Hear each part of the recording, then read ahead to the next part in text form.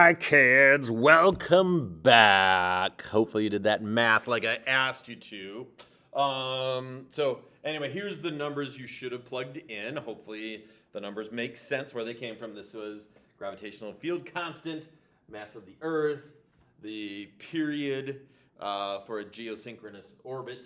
But remember, you got to square it, and then over 4 pi squared. And when you do that, you get this number. Now, if you didn't get this number, maybe that's because you just typed in 4, you said divided by 4 pi squared in your calculator. Well, if you do that, your calculator is going to take divide by 4, and then it's going to multiply by pi squared. So remember, parentheses are important. You need to be able to do algebra in this class, okay? But anyway, so this is what we get, and then just keep this in mind. This is the distance, okay, from center to center. So center to center. But we were trying to find the altitude. So then, if I know this distance, and I know this distance, the radius of the Earth, I can then find the altitude. Now, you'll see, this was our radius of the Earth that was given on that page.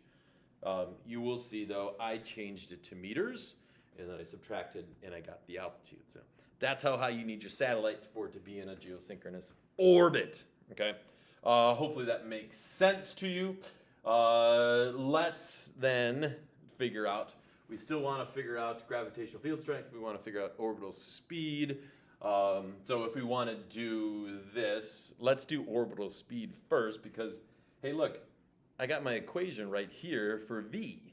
So I'm going to just erase this stuff and go, all right, I know G, 6.67 times 10 to the minus 11th. I know mass, 5.972 times 10 to the 24th. I know my radius. Now in this case, remember I have to go center to center. So I'm going to use that 4.22 times 10 to the 7th. And then that will equal V squared. Okay. I'm going to save that radius because I'm going to need that again in a little bit. Okay. And then you can just do the algebra and plug stuff in and solve, which I guess I can do right now. So 6.67. We'll do a little calculating music. Are you guys singing right now so you can do your calculating music? Divided by 4.22 e to the 7th. And then I got to take the square root of that.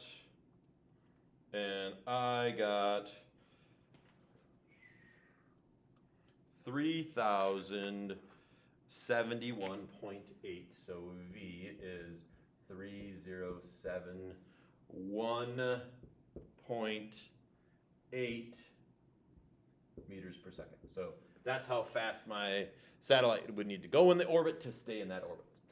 So that would be the orbital speed. And then to find G, we are going to go, okay, if I say, well, FG equals GMM over R squared, but FG also has to equal mg, so do a little math, so it means little g, gravitational field strength, this over R squared.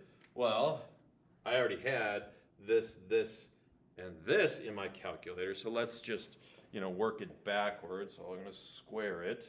So I just need to plug that in and divide by that number one more time, 4.22 e to the 7, and you get G to be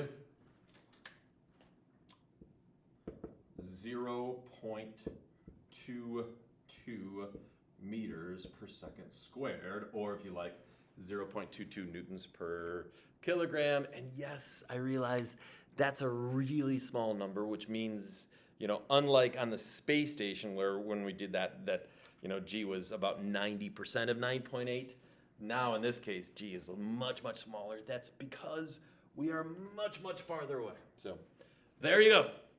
Bye, kids.